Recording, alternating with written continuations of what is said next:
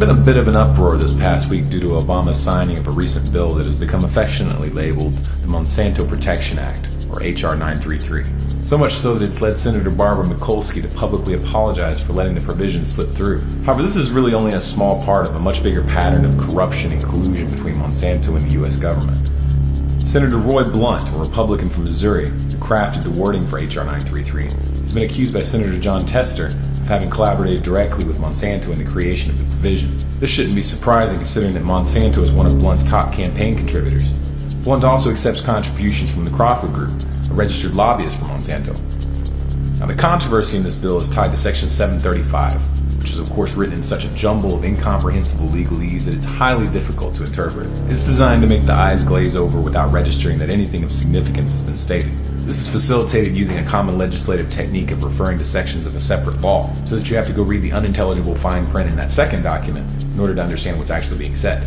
That second law in this case is the Plant Protection Act. In the description of this video you'll find a link to both documents.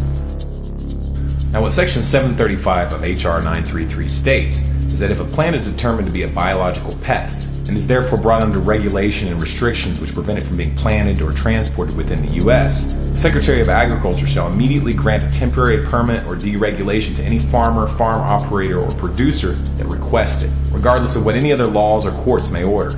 Now, the word genetically modified organism isn't mentioned here, and that's part of the skillful way that this was designed to slip through. Only someone who knows that by default genetically modified organisms are considered biological pests until they've been approved by the Department of Agriculture, and that they are reclassified as pests if shown unsafe, would understand the implications here.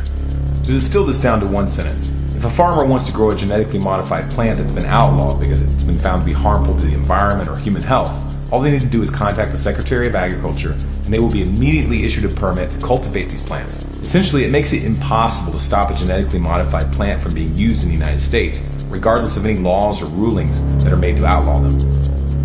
Now, of course, one might be inclined to let Obama off the hook for signing this law.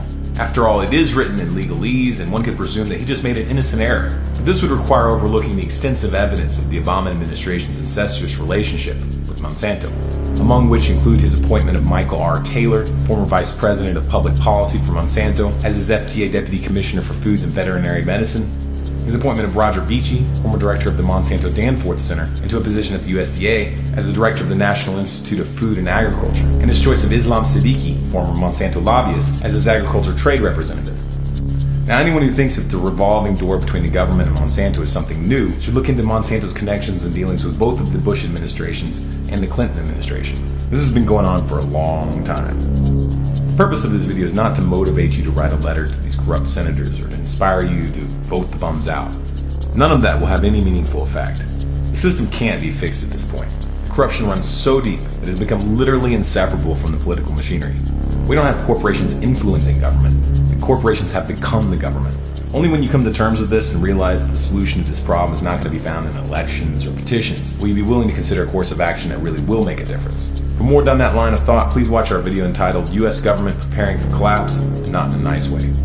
Our only chance lies in reaching a critical mass of awakening. We need to reach that critical mass quickly. It's not for me or for anyone else to dictate to you what your role in this awakening should be. But it should be obvious that we all need to make an effort.